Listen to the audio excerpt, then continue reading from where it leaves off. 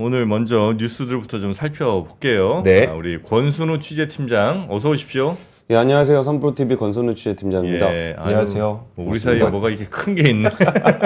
우리를 갈라놓는. 네, 잠시 후에 요거는 저희가 한번 소개를 해드리도록 하고요. 네. 근데 뭐 공기는 좋은 것 같은데요. 공기가 네. 좋을 수밖에 없죠. 우리 둘 네. 사이에 입냄새가 전달되지 않아요. 이 청정기가 아주 이거 삼성 건데 네. 오늘 정말 저렴하게 한번 저희가 갖고 왔습니다. 네. 예. 일단 뉴욕 증시 마감 상황부터 살펴보시면요. 다우존스 0.52% 상승했고요. 나스닥 0.3% 하락했습니다. S&P 500은 0.11% 상승했는데 지수의 방향성이 큰 의미가 없다라고 좀 생각이 듭니다. 그리고 이번에 발표된 지표가 생산자 물가 지수가 좀 나왔습니다. 네. 근데 한 0.2% 정도 전달보다 상승을 했는데요. 시장의 예상치가 한 0.3 정도 됐으니까 생각보다 물가가 많이 올라오진 않았다라고 네. 보시면 될 것 같습니다. 근데 뭐 이렇게 물가가 많이 안 올라오면은 이제 그것도 금리를 인하를 할 수 있는 여력이 있는 거 아니냐라고 하기에는 그 전에 좀 고용 지표가 워낙 강하게 나왔으니까. 네. 근데 의외로 이제 미국 증시도 그 계속 호재가 많아서 그랬던 거지 악재들이 좀 나오기 시작하면서 생각보다 좀 약한 모습들을 좀 보이고 있어요. 네. 그리고 이제 모든 주식이 올라가는 건 아니고요. 그 이주호 기자가 좋아하는 나이키 2020년 3월 이후 최저 수준으로 주가가 하락해 왜 있습니다. 제가 좋아하는 건 왜 그럽니까? 대표님 나이키 좋아하십니까? 나이키요? 네. 나이키를 좋아한다는 안 좋아한다는 별로 없고 그냥 운동화 하나 있긴 있습니다. 나이키 것도 저. 하나밖에 없으세요? 오. 네. 나이키는 좀 비싸지 않나 근데? 비싸죠. 네, 나이키 조금 비싼 것 같아. 근데 뭐 대체로 요즘에 운동화가 대부분 비싸죠. 네. 그런가요? 예, 예. 아니 니코부코. 니코보코 아직도 있어요? 있죠. 무슨 말? 니코부코 슬래진저 허쉬퍼피.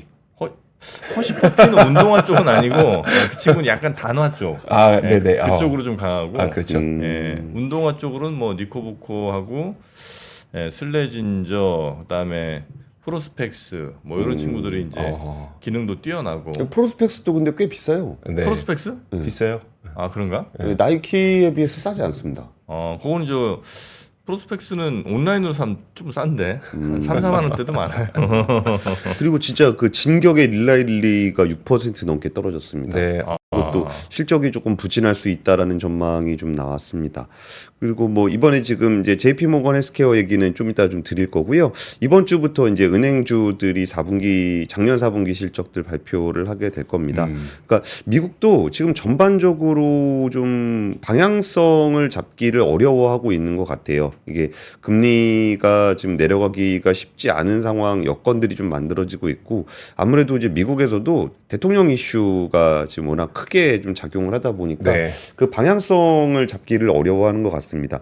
저희가 이제 트럼프 행정부 출범하고 나면은 이제 한태식 위원 좀 이렇게 인터뷰를 좀 하려 그러는데 네. 한태식 위원 만나서 사전 인터뷰를 했을 때 조금 그 어떤 얘기를 하냐면은 네. 트럼프가 과연 자기가 얘기한 대로 다 할 수 있느냐라는 부분들을 그러니까 트럼프가 이렇게 하기로 했으니까라고 이제 움직이는 거는 약간 좀 단정적인 측면이 좀 있잖아요. 네. 뭐 관세를 올린다 그러면 그냥 올리는 거고 뭐 우리를 혼낸다 그러면 혼나는 거고 근데 우리는 가만히 있어야 됩니까? 아니죠. 라는 게 있잖아요. 네. 그래서 어떤 것들을 강조를 하냐면은 그 저항이 얼마나 강하냐를 좀 같이 봐야 된다라는 얘기를 하더라고요. 미국 내부에서의 저항이요. 그러니까 둘 다요. 네. 미국 내부에서의 저항적인 측면하고 외부의 다른 국가들의 저항이라는 측면을 트럼프가 어떤 정책을 필 건데 이러한 압력들이 어떤 방식으로 나타나게 될 것이냐라는 네. 것을 같이 보면서 이게 시점별로 어느 시점에 가장 중요하게 생각하는 정책은 무엇일 것인가. 그러니까 네. 트럼프가 강하게 드라이브를 걸 건 뭐고 여기에 가장 저항하는 사람들은 누구일 거며 이렇게 얘기를 하는데 의외로 디테일하게 보면은 공화당이 좀 블루웨이브 상황이긴 하지만 그 의원들이 반대하는 사람들이 꽤 된다는 거예요. 근데 이게 반대를 트럼프를 반대한다라는 것보다는 그냥 자기 지역구에 안 좋은 일 생기는 거는 무조건 반대한다는 거예요. 네. 그래가지고 이제 트럼프 대통령이라고 해서 무조건 할 수 있는 건 아니다. 그리고 트럼프 대통령이 하겠다라는 것도 상충되는 부분들이 많이 있거든요. 네. 네. 그러다 보니까 예를 들면은 뭐 약달러를 하겠다 그러면서 관세를 올려버리면은 뭐 오히려 좀 강달러가 이어지고 그렇죠. 있는 상황이 돼버리잖아요. 네. 그리고 뭐 그레이트 아메리카를 하겠다는데 약달러를 가겠다. 이것도 사실 말이 좀 이상하죠. 동시에 네. 양립하기가 좀 어려운 얘기거든요. 그러다 보니까 좀 미국 증시에서도 야, 미국 달러가 너무 강한 것 같고 그 미국 달러가 강한 이유는 트럼프 트레이딩 때문인데 네. 트럼프 대통령은 약달러를 가겠다라고 하고 그런 얘기가 좀 나오다 보니까 지금 달러에 대한 고점론이 꽤 팽배해 있었거든요. 네. 근데 그 와중에 갑자기 또 이제 골드만삭스가 야, 이렇게 되면은 한 5% 정도 더 오를 수 있는 거 아니냐. 뭐가 5% 올라요? 달러 가치가. 아, 네. 이게 미국의 견조한 성장세, 인플레이션, 기준금리 인하 속도 조절 이런 거 감안하면 달러 가치 더 오를 수 있는 거 아니냐. 이런 전망도 나오고 있어요. 네. 그러니까 한참 달러 가치 올랐다가 아 이제 좀 내려가야 될 것 같아라는 게 원래 미국의 어떤 추세였었잖아요. 네. 근데 좀 상황들을 좀 보다 보니까 이러면 달러 가치 더 오를 것 같은데 라는 거의 전제 조건은 또 금리를 인하를 안 할 것 같은데 네. 라고 한다 그러면은 기술주 너무 비싼 거 아니야? 이렇게 연결되는 분위기가 지금 네. 나스닥을 중심으로 형성이 돼 있다라고 보시면 될 것 같습니다. 네. 근데 진짜 달러 말고는 뭐 미국 말고는이 가장 더 정확한 것 같긴 한데 미국 말고는 딴 데가 뭐 없으니까 그죠. 그렇죠. 결과적으로 달러는 약해지기가 쉽지 않겠어요? 참 어려울 것 같아요. 아무리 생각을 해봐도. 예, 예. 알겠습니다. 하여튼 뭐 그러나 우리 원화 하여튼 걱정이 좀 큰데 일단 첫 번째 뉴스부터 한번 하나하나 살펴보죠. 예, 첫 번째 뉴스는 삼성바이오로직스가 2조 원 넘는 규모의 CMO 계약, 위탁 생산 계약을 맺었습니다. 지난해 전체 수주 금액의 40%에 해당하는 건입니다. 야. 그러니까 1년 동안 수주한 거에 40%를 단일 건으로 네. 계약을 어디랑 하게 한 건지 된 건데요. 나와요? 어디라고 한 건지는 뭐죠? 그 비밀 유지 아, 계약. 비밀 유지 계약. 네. 예, 예. 그것 때문에 좀 어디라고 얘기는 안 하고 있고요. 유럽에 있는 회사다라는 정도로만 2조 밝히고 정도 있습니다. 되면 몇 개 없을 거 아니에요. 할 수 있는 회사가. 대충 네. 추정해 보면은 뭐 나올 수는 있는데 네. 사실 이게 뭐 어디인지도 크게 중요하지 않습니다. 왜냐면은 이미 삼성바이오로직스는 그 글로벌 상위 20개 제약사 중에 17곳을 고객사로 확보를 하고 있습니다. 그러니까 예를 들어서 뭐 1, 2, 3하고 계약 안 맞고 잔잔바리하고만 맨날 계약 맺다가 네. 1, 2, 3하고 계약을 맺게 되면은 이 트랙 레코드 자체가 굉장히 좀 이슈가 될 수가 있잖아요. 네. 근데 이미 상위 제약사 20곳 중에 17곳을 고객사로 하고 있으니까 뭐 누가 주문을 넣었다고 해도 크게 이상하지 않은 네. 정도 수준이라 오히려 수주 규모가 얼마나 되냐라는 부분들이 오히려 좀 관심을 가지고 있습니다. 네. 그리고 지금 단일권 기준으로 1조 원 넘는 딜은 지속적으로 좀 있었거든요. 네. 근데 2조 원 넘는 딜은 이번에 처음입니다. 그리고 이제 2조 원 넘는 수주 2조 700억짜리 CMO 계약을 맺음으로써 누적 수주 총액이 176억 달러, 약 25조 원. 와, 쌓인 수주만 25조 쌓인 원. 수주만 25조 원입니다. 와. 이거를 뭐 30년까지 나눠서 하더라도 5년으로 하면 1년에 5조 원씩 네. 매출이 나올 수 있는 정도 수준입니다. 이 정도로 잘해요. 이게 잘합니다. 이게 우리가 좀 제가 한번 농담 삼아서 한번 말씀드린 적이 있는데 뭐였었죠? 왜 삼성그룹은 삼성바이오가 잘한다는 얘기를 강조해서 이야기하지 않을까? 왜 안 해요? 삼성바이오 하면 뭐가 떠오르십니까? 물제용? 예. 분식회계. 그쵸. 그것 때문에. 예. 그래서 별로 이렇게 특별히 잘한다라고 얘기하기를 조금 껄끄러워하는 측면이 분명히 있어 보입니다. 삼성바이오로직스가 오늘 5월에 인천 송도 5공장을 가동할 예정인데요. 5공장이 완공이 되면 생산 능력이 78만 리터로 세계 1위 CDMO 회사가 됩니다. 근데 격차가 2위보다 2배 큰 1위입니다. 그 정도예요. 예. 와 대단하네. 예. 지금 그러니까 2위가 론자인데 물론 이제 론자가 28년쯤 되는 걸로 알고 있는데 그때 다시 지어가지고 론자도 79만 리터가 됩니다. 네. 우리도 짓겠지. 그럼 우리도 짓게 되면은 또 이게 역전이 될 수도 있겠죠. 삼성바이오로직스는 지금 8공장까지 계획하고 있는데 이번에 올해 짓는 게 이제 5공장이니까. 올해 짓는 게 5공장이에요. 아니, 올해 가동 들어가는 게 가동 들어가는 5공장이니까 공장 3개 더 남았죠. 그래. 그렇죠. 막 때려줘 그냥. 왜냐면 이런 거는 완전히 TSMC처럼 그죠. 그런 거죠. 전 세계 하여튼 유명 제약사들은 그냥 삼성바이오로직스에 일단 다 맡기는 걸로. 그래서 안 되는 거는 2위에 이렇게 넘어가는 이런 느낌 좀 줘야지. 이거라도. 그러면 좋겠네요. 그렇죠. 네, 근데 TSMC 정도의 절대적인 경쟁력을 가진 건 그래요? 아니긴 해요. 일단 근데 어쨌든 사이즈가 큰 게 있고, 근데 저는 이것도 굉장히 관심 받을 만한 일인데 그 항체 약물 적합체 ADC라고 불리는 네. 이 차세대 항암제인데 CMO 서비스를 올해부터 시작을 합니다. 그러니까 아까 그 78만 리터 말씀을 드렸던 거는 양적인 측면인 거고 네. 질적인 측면에서는 이 항체 약물 적합체 CMO 서비스가 올해부터 본격적으로 시작한다는 게 좀 질적인 측면에서의 의미가 좀 있을 것 같습니다. 네. 지난해 4조 원 넘었고요. 올해 5조 원까지 매출이 나올 것 같다라는 얘기가 있습니다. 근데 연간 수주 금액이 2022년에 1조 7천억 원이었는데 2023년에 3조 5천억이 됐고 2024년에 5조 4천억이 됐습니다. 네. 그러니까 성장세가 굉장히 좀 가파르게 나타나고 있는 거고요. 그래서 이런 얘기들이 이번에 그 JP 모건 헬스케어에서 좀 얘기가 좀 있었습니다. 그래서 이런 부분들이 우리가 워낙 요즘에 위기론 얘기를 많이 해서 이조 기자도 저희 압권에서 그 바이오 쪽, 바이오헬스 쪽에서의 성장세가 생각보다 우리나라가 여전히 좀 저력이 있고 네. 그리고 경쟁력이 오히려 좀 높아지고 있는 추세에 있다라는 얘기를 좀 했었는데 이 바이오 산업이 좀 익숙하지 않다 보니까 우리가 좀 보이지 않는 측면이 좀 어느 정도 있어 보입니다. 네. 근데 어쨌든 1월은 JP모건 헬스케어가 굉장히 중요한 이벤트이기 때문에 전반적으로 바이오헬스 종목들의 관심을 좀 받게 됩니다. 네. 근데 JP모건 헬스케어에서도 역시 엔비디아가 확실하게 존재감을 드러냈습니다. 네. 근데 엔비디아 관련한 얘기를 할 때도 이게 그 뭐 다양한 얘기들이 있지만 바이오 쪽이 그 AI 분석하는 게 굉장히 적합하다는 얘기를 많이 해요. 뭐 다른 것들도 있겠지만 이 바이오 뭐 신약이라든지 이게 트라이앤 왜 이렇게 발음이 안 되나요? 트라이앤 에러를 많이 하잖아요. 네. 그게 뭐예요? 그러니까 잘 모르겠으니까 네. 그냥 해보는 겁니다.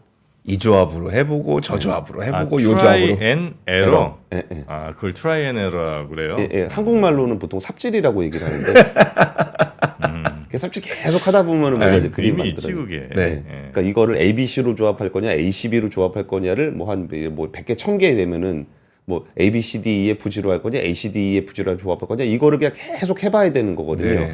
그러면 이거를 제일 잘하는 데는 오히려 AI 아니냐 이렇게 얘기를 하고 있는 거고 그러다 보니까 이번에 엔비디아에서 얘기했던 게 뭐냐면은 디지털 헬스케어 분야, 그러니까 헬스케어 분야의 디지털 트윈을 만들겠다.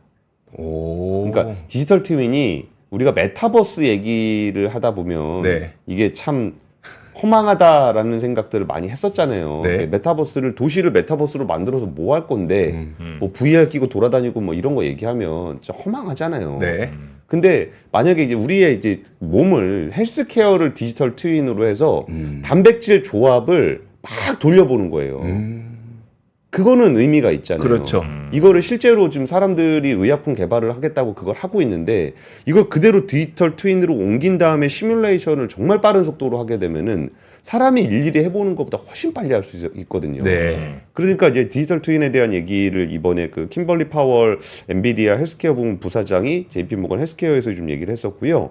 그리고 여기서 얘기한 사례들을 보면서 요런 식으로 AI가 바이오 헬스에 접목이 되는구나라는 걸 느껴보실 수 있을 건데, 이제 메이오 클리닉이라는 데랑 같이 하기로 했다라고 얘기한 게, 여기 뭐 메이오 클리닉이랑은 왜 이걸 하냐라고 한다 그러면은 이 병원이거든요. 네. 근데 AI라는 건 결국은 데이터가 있어야 되잖아요. 근데 초거대 모델의 그 데이터들은 인터넷에 널려 있는 일종의 텍스트 데이터들을 학습을 시켜가지고 챗봇으로 쓰는 거거든요. 네.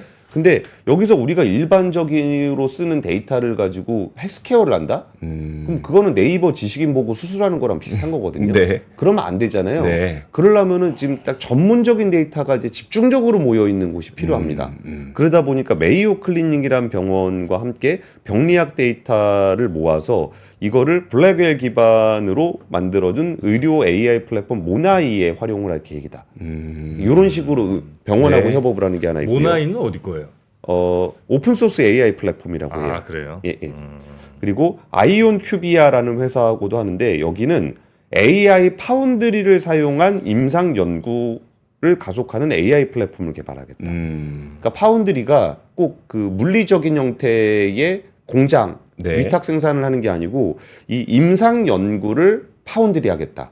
임상 연구를 파운드리 하겠다. 뭔가 와닿진 않는데 어떤 그러니까 AI를 가지고 그러니까 우리가 임상 연구를 이렇게 AI 맡기잖아요. CDMO 네. 하면은 임상 연구를 맡기잖아요. 네. 그것처럼 그 AI 플랫폼에서 그걸 대신해 주는 거예요. 네. 아. 임상 연구를. 네. 이런 거를 이 IQVIA라는 데랑 하겠다라는 거고 그리고 인간 유전체 분석도 해야 되잖아요. 그 부분은 일루미나하고 하겠다. 그러니까 요 세 군데를 얘기한 건데 그러니까 데이터가 네. 있고 그리고 임상 실험을 하는 게 있고 네. 인간 유전체 분석을 하는 게 있고 이런 부분들을 다 AI로 하겠다라는 얘기를 하고 있고요. 또 하나는 이것도 좀 인상적이었는데 엔비디아가 그 생각보다 이상한 거 많이 하거든요. 네. 뭐 예를 들면은 기후 변화 예측 모델 이런 것도 해요. 오. 엔비디아가 예, 예. 어. 그러니까 이거는 사실 이렇게 자기네들이 이거를 업으로 하려 그러는 건 아닌 것 같은데 네. 이런 것도 할 수 있다라는 걸 좀 보여주는 것도 그러니까 날씨 기후 이런 것도 네. 변수가 진짜 많잖아요. 그래갖고 일기예보를 자꾸 틀리니까 슈퍼컴퓨터를 쓰는 건데 이런 거 AI가 더 잘한다. 뭐 산불 예측 모델 오. 이번에 그 LA 산불 나면서도 그 얘기도 꽤 얘기가 좀 됐었고요. 네. 그리고서 엔비디아가 지역별 인구 특성을 반영한 유전체 데이터를 지역별로 구축하겠다. 와, 지역별로. 네. 근데 거기 아시아 쪽에서는 중국하고 일본만 포함이 돼 있더라. 뭐 이런 얘기들도 좀 있었습니다. 근데 어쨌든 뭐 이제 그 AI래 JP 모건 헬스케어에 대한 이야기들을 많이 나올 건데 여기서 이제 구체적인 얘기들이 하나둘씩 나오면은 네. 작년에 유한양행이 음. 좀 크게 화제가 됐었죠. 네. 그리고 주가 얼마나 올랐는지는 다들 눈으로 보셨을 거고.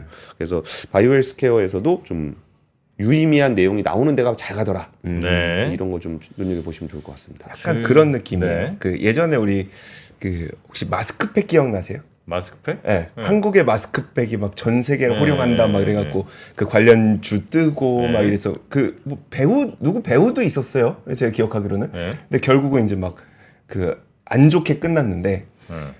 근데 우리가 지금 이제 와서 보니까 화장품을 만드는 CMO 기업들, OEM 기업들, ODM 네, 기업들 네, 네. 그런 기업들은 되게 안정적으로 가져가잖아요. 네. 사실 우리가 바이오 볼 때도 되게 많이 당했었어요.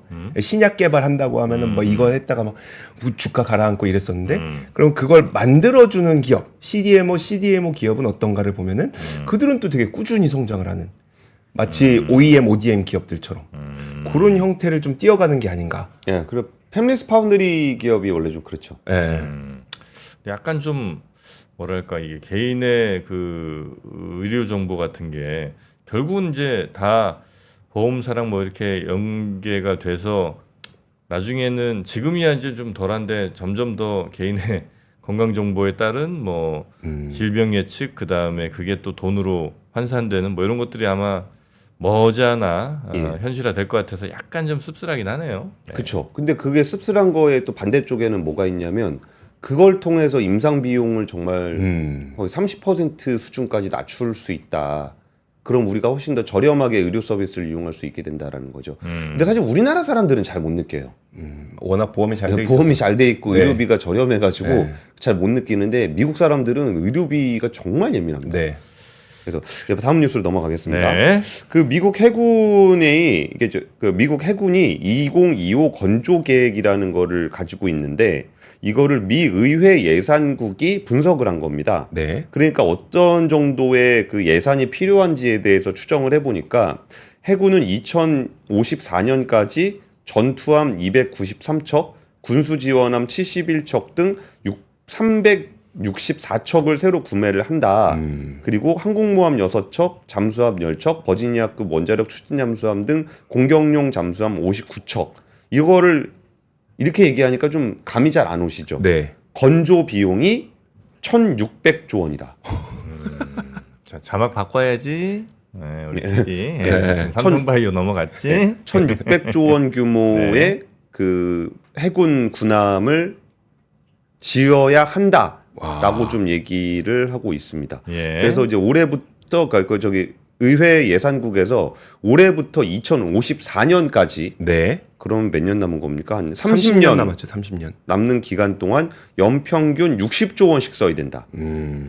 그리고 트럼프 당선인도 해군을 재건해야 된다라는 의지를 굉장히 세게 밝혔는데요. 네. 여기서도 우리가 딱 들었을 때 몇 번 설명을 드렸는데 존스 액트. 네. 야 그럼 뭐하냐? 배 지을 데가 없는데 법으로 막혀 있지 않냐? 네. 근데 여기에 우리의 트럼프 대통령은 그런 것 따위 신경 쓰지 않습니다. 트럼프 대통령은 뭐라 그랬냐면 우리는 도크가 없고 선박을 만들 준비가 안 돼 있다. 우리가 준비될 때까지 다른 나라에 주문할 거다. 근데 그럼 존스 액트의 문제에 뭐가 있냐면 대통령이 국가 안보 이익에 부합한다고 판단하면 예외를 승인할 수 있다라는 조언이 아, 있습니다. 그래요? 그러니까 하려면 할 수도 있다라는 얘기인데 네. 우리가 그동안 그 얘기를 안 했던 거는 그런 적이 없고 그 지역구에서 반발이 정말 심하거든요. 네. 전사가 있는 데서 한번 하기 시작하면 뭐 계속 국가안보라 그러고 계속 주문 넣을 수 있잖아요. 그래서 이런 부분들에 대한 얘기가 좀 나왔고요. 그리고 이제 그 현대중공업이 애널리스트 대상으로 좀 IR을 좀 한 것 같은데 여기에 그동안 울산에 도크가 없어갖고 MRO 사업에 참여를 안 했었다. 네. 근데 이번에는 이제 올해는 참여를 할 거다. 한 두세 척 정도의 MRO를 참여를 할 거다. 이렇게 얘기를 하고 있습니다.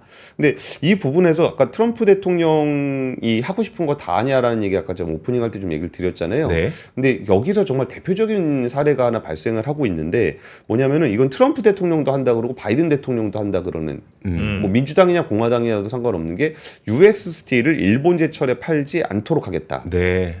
이렇게 얘기하는 거는 다 같이 얘기를 입을 모으고 있잖아요. 네. 그럼 그냥 우리가 감정적으로 생각해 보면은 야 그게 뭐 US 스틸은 미국의 상징적인 회사인데 그걸 일본에 팔아먹으면 되겠냐 이 생각 들잖아요. 네. 근데 지금 그랬더니 그 클리블랜드 클래프스라고 그 미국의 1위 철강사거든요. 네. 여기가 이제 좀 망한 철강사들 막 인수합병 많이 해가지고 지금 1위가 돼 있어요. 그리고서 그 일본 제철이 이제 못 사도록 하겠다라고 딱 하니까 거기서 이제 클리블랜드 클리프스가 이렇게 쓰고 오는 거죠. 네. 아니, 거기에 일본 제철 못 파신다면서요? 제가 근데 얼마라고요? 그러니까 일본 제철에 주당 55달러 팔기로 했거든요. 네. 55달러요? 너무 비싼데? 그 돈 주고 누가 산대요? 일본 제철이요? 에이, 30불 드릴게요. 이렇게 된 거예요. 아. 그러면 US 스틸 주주 입장에서는 네. 일본 제철에 팔면 55달러를 받을 수 있는데 지금 나라에서 그걸 못하게 해가지고 30달러밖에 못 받게 되는 상황이 되는 거예요. 네. 그러니까 US 스틸의 그 이사회는 만약에 클리브랜드에다 팔면은 배임입니다. 그러니까 지금 여전히 US 스틸 쪽에다가 US 스틸은 우리는 그 일본 제철에 팔 거다. 그리고 이거 일본 제철에 팔아야 나중에 또 이렇게 증자도 해주고 투자도 네. 해주고 하는 거지 클리브랜드에 넘어가면 안 된다 이 얘기를 계속 하고 있거든요. 그러니까 이런 식의 저항들이 좀 많이 나타나게 될 겁니다. 자, 그렇게 이제 US 스틸은 아마 일본에 결국 일본에 팔 것 같은 느낌적인 느낌이 좀 있는데 뭐 쉽지는 않은 것 같긴 하고요. 네, 여튼 뭐 그런 갈등이 좀 있다는 거까지 전해드렸고, 예. 자, 그럼 세 번째 뉴스도 가볼까요? 네, 이거는 그냥 짧게 좀 네. 전해드리려고 하는데요. 그 장이나 포스코그룹 회장과 네. 이번에 그 철강업계 신년 인사회가 있었습니다. 포스코 회장이랑 철강업계. 네, 그 한국 철강협 회장이거든요. 아, 네. 그래가지고 얘기한 게 그 장이나 회장이 중국처럼 큰 나라의 내수가 빨리 살아날 수 없으니 중국은 계속 한국에 밀어내기 수출을 할 것이다. 정해진 미래라는 네. 얘기고요. 내년부터는 CBAM 이게 참 CBAM이라고 읽겠습니다. 약자로 읽으면은 좀 시밤이 돼가지고 CBAM이 뭐예요? 탄소 국경 조정이라 아. 그래서 이제 유럽에서 탄소세 매기기 전에 뭐 적당히 이제 공시 같은 거 확인하고 이런 것들이 시행이 되거든요. 그러면서 이제 철강은 워낙 탄소 배출을 많이 하는 품목이어서 여기에 부담이 좀 될 거니까 뭐 다른 모든 것보다 철강협회가 합심을 하는 것이 중요하다라고 좀 얘기를 하고 있고 합심을 하자. 예. 그러니까 개별적으로 대응할 방법이 없다는 얘기랑 같은 겁니다. 가격 잘 우리 좀 같이 공동 대응하자. 뭐 그러니까 이런 뭐 건가? 그 정도를 넘어서 일단 자기네 중국산 수입품에 대해서 관세 매기는 거 그게 좀 뭐죠?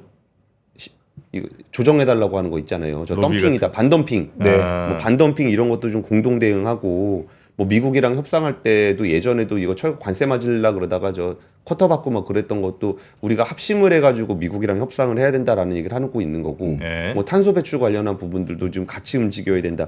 이 얘기는 어떻게 보면은 그 개별 기업 차원에서 대응할 방법이 없다는 얘기랑 같은 겁니다. 그리고 여기서 좀 사실 포스코보다 더 크게 문제가 되는 데는 현대제철이거든요. 네. 현대제철은 사실 포스코보다 규모도 좀 작고 그 대응 능력도 상대적으로 적은데 지금 철강업계가 전반적으로 안 좋으면 원래 밑에서부터 깨지게 되잖아요. 그래서 덤핑 관련한 얘기도 제일 강하게 나가고 있고요. 그러다 보니까 신년 인사회에 서강현 현대제철 사장이 이제 왔는데 지금 현대제철의 가장 큰 이슈는 최근에 나왔던 보도 중에 그 미국에다가 10조 원 들여서 제철소 짓는다는 공자 얘기가 좀 있었어요. 네. 그래서 뭐 그 얘기했더니 아직 뭐 검토 중이다 뭐 이런 정도 얘기를 하고 있는데, 그러니까 이것도 국내에서 방법은 없는데 만약에 철강이 넘어가는 거에 관세를 맞으면은 최소한 미국에 가면은 현대차라도 있잖아요. 그렇죠. 네. 그러면 거기에다가라도 좀 도움이 되지 않겠냐라고 해서 이제 그럴듯한 시나리오로 좀 해석이 되고 있어요. 근데 또 오히려 좀 이거 좀 타이밍이 아닌 것 같아라고 얘기하시는 분들은 야 그거 트럼프랑 협상할 때 써먹어야 되는 카드를 왜 이렇게 빨리 먼저 꺼냈냐. 꺼냈냐. 뭐 이런 얘기들도 좀 나오고 있습니다. 그래서 철강 관련한 얘기도 철강산업 경쟁력 강화 태스크포스를 통해서 이제 뭐 상반기 중에 정부가 발표를 하겠다라고 하는데 특별한 답은 잘 안 보이는 상황입니다. 근데 여기서 지금 그 철강업이라는 거에 대해서 짧게 한 가지만 포인트를 잡아드리면 네. 그 우리나라 철강은 그냥 2023년 기준으로 봤을 때 건설이 34%를 차지하고요. 자동차가 31%를 차지하고 조선이 한 16% 정도를 차지합니다. 네. 그러면은 건설 경기가 별로 안 좋다 그러면 34% 비중 되는 데가 안 좋다는 얘기고 자동차가 좀 애매하다 그러면 31%가 안 좋다는 네. 얘기고 조선은 좋죠. 네. 조선은 좋으니까 그럼 16% 되는 데가 좋냐라고 하는 거는 후파는 중국 쪽에서 많이 밀고 들어와 있다. 그래서 저는 이거를 철강으로 대변되는 중국과의 경합이라든지 무역 의존도가 좀 높은 산업들은 좀 진지하게 산업구조 조정을 검토해 봐야 될 것 같습니다. 네. 지금 자동차도 뭐 사실 나쁘진 않은데 그죠? 이제 건설이 좀 많이 문제긴 하네. 그러니까 업황 개별적으로 설명드리면은 뭐 건설 안 좋은 거는 지금 말씀해 주셨고요. 예. 자동차는 어떻게 돼 있냐면은 2022년, 23년 굉장히 좋았고요. 예. 24년이 괜찮았는데 내수에서는 한 똔똔해서 조금 빠졌습니다. 아 그래요? 예, 그래서 올해 내수는 조금 더 빠질 거다라는 전망은 있어요. 근데 그 정도로 그 자동차 산업이 되게 좋았어요. 네. 그래서 이거에 대해서 제가 항상 그 짜증 부린다라고 뭐라 그러시는 분이 있는데 2022년에도 피크아웃, 1분기도 피크아웃, 2분기도 피크아웃, 3분기도 피크아웃, 4분기도 피크아웃, 2023년에도 1분기, 2분기, 4분기 계속 피크아웃 얘기만 했던 그 기간 동안 자동차 산업은 굉장히 판매량이 많이 늘었습니다. 아 그래. 근데 오히려 24년에가 오히려 좀 정점이었고 올해는 조금 둔화될 거다라는 얘기들이 나오고 있습니다. 그 얘기를 권 팀장님이 진짜 2년 전부터 했나? 왜 자꾸 피크아웃이라고 하냐? 이렇게 잘 되는데. 네. 이게 주가가 안 오르다 보니까 사람들이 뭐 이렇게 감정적으로 그렇게 느꼈었죠. 네. 하여튼 뭐 최근에는 그래도 조금 뭐 주가가 그래도 오르는 것 같기는 하던데 현대차. 네. 그러니까 좀 답답하더라고요. 아 진짜 업황 좋을 때 주가가 올랐으면은 와 신나게 같이 달리고 자신 있게 달릴 수 있었을 텐데 네. 그 타이밍을 잘 못 맞춰가지고 이제 업황은 이제 좀 위에서 고점을 형성하고 있는 것 같은데 이제 와서 네, 주가가 네, 올라가면 이제 또 피크아웃 얘기할 거 아니에요.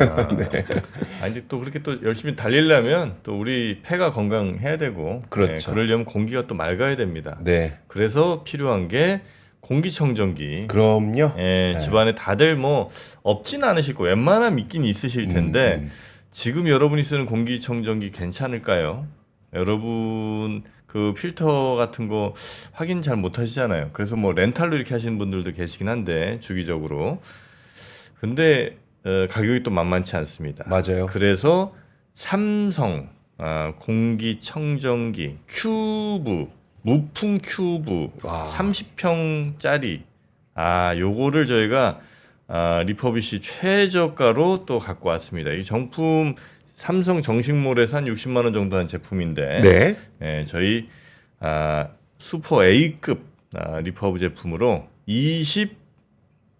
5만 9천 원. 근데 저는 공기청정기 하면 보통 거실에다 하나 놓잖아요. 네? 그럼 방은 괜찮나? 안 괜찮지. 라는 생각이 항상 들어요. 방에서 얼마나 그 먼지 많은데 방에서 나는 그 먼지는 감당이 안 됩니다. 그래서 네. 공기청정기는 한 대만 필요한 건 아닌 것 같아요. 아니지. 거실에 하나, 네. 안방에 하나, 안방 하나 정도는 네. 있어줘야 되지 않을까. 그렇습니다. 아유, 참 다행입니다. 이 삼성 무풍 큐브 공기청정기 요거는 뭐 여러분 쭉 가격 비교 해보시면 뭐 자신 있게 보여드릴 수가 있는 거니까. 네. 뭐 딸 모양 자체가 좀 이쁘잖아, 그죠? 네. 요게 이렇게 한번 살짝 돌려드리면. 아, 깔끔하네요. 이런 모양으로 생겼습니다. 한 면만 보이시는 것 같아서 제가 좀 살짝 돌려드렸는데 앞뒤로 이렇게 딱 미세한 공기구멍들이 네. 무풍 청정도 가능하고 그 소음이 없고 또 실시간 미세먼지 농도 확인 필터 뭐 이런 거 이제 필터 수명 알림 같은 것도 있어서 또 이건 이제 우리 뭡니까 핸드폰이랑 다 연동되잖아요. 네. 스마트 싱스 네. 이런 거 하니까 이렇게도 한번 이용하실 수 있고 필터가 근데 이번에 특히 10만 원 상당의 정품 필터를 장착 후에 출고해드리니까 예. 요거 가격도 만만치 않은데 요것도 이제 드리는 거고 요거는 뭐 얼마나 쓰고 나면 이제 필터 갈아야죠. 주셔야 된다. 네. 요거 이제 얘가 알려주거든요. 네, 그때 한 번씩 필터만 사서 갈면 됩니다. 뭐 매월 뭐 3만 원, 5만 원 이렇게 낼 필요가 없습니다. 네. 네, 자 그렇게 무엇보다도 가격이 예, 25만 9천 원에 저거를 사이즈가 근데 좀 있어. 사이즈가. 예, 이게 좀 커야 이게 많이 빨아들일 거 아닙니까? 예, 요게 이제 25만 9천 원. 요거 꼭 한번 360도 돌려보라네. 네, 한번 돌려드릴게요. 아니 일어서서 한번 돌려주세요. 크기가 얼마나 하는지 한번 보게. 자, 어유 지금 이게 밑에 바퀴 달려서 옮기기도 편하고. 네. 근데 뭐 딴 거 무엇보다도 이런 거 하나 더 장만하려고 하는데 비싸면 사실 쉽지 않잖아요. 25만 9천 원이면 30평 집에. 자, 요 정도 알려드리면 될 것 같습니다. 얼른 저 링크 따라가시면 되겠고요. 저희 그 고정 댓글 거기에 링크 있죠? 네, 그걸로 오시면 되겠습니다. 예. 이게 이제 초미세먼지에 보다도 더 작은 것까지 다 잡아낸다고 하니까 어떻게 잡나 모르는. 초미세먼지가 2.5 뭐 마이크로미터죠. 네. 근데 그거보다 더 작은 0.3 마이크로미터까지 잡으니까 너무 잡는 거 아닌가? 이 정도까지 잡아야 되나 하는 생각이 좀 들긴 하는데 여튼 다 잡습니다. 네. 예, 미세먼지까지 다 잡아주는 삼성 무풍 큐브 공기청정기 30평형입니다. 제가 왜 정프로님한테 직접 일어나서 보여달라고 했냐면 공기청정기 저는 그냥 감정적으로 작으면 효과가 별로 없을 것 같아. 공기청정기 느낌상 굳이 작아야 될 이유는 없지. 그리고 좀 크면 많이 빨아들일 것 같아요. 그래서 크게 한번 보여드려요. 맞습니다. 그리고 좀 커야 네. 뭐 올려놓기도 편해. 네. 네, 뭐 이렇게 가다가 이렇게 키 같은 거 올려놓고 그러네. 하잖아요. 지갑 네. 올려놓고 네. 그런 거 할 때도 너무 작으면 안 되더라고. 네, 그쵸. 뭐 얹어놓기도 좋은 네. 삼성 무풍 큐브 30평형 공기청정기 링크 따라오세요. 자, 우리 권순우 팀장님과 요 정도 하고요. 내일 아침 뵙겠습니다. 고맙습니다. 예, 감사합니다. 삶의 격을 높이는 9가지 지혜를 함께 나눕니다. 위즈덤 칼리지 시즌 2 영상 아래 링크를 클릭하시면 자세한 내용을 확인하실 수 있습니다.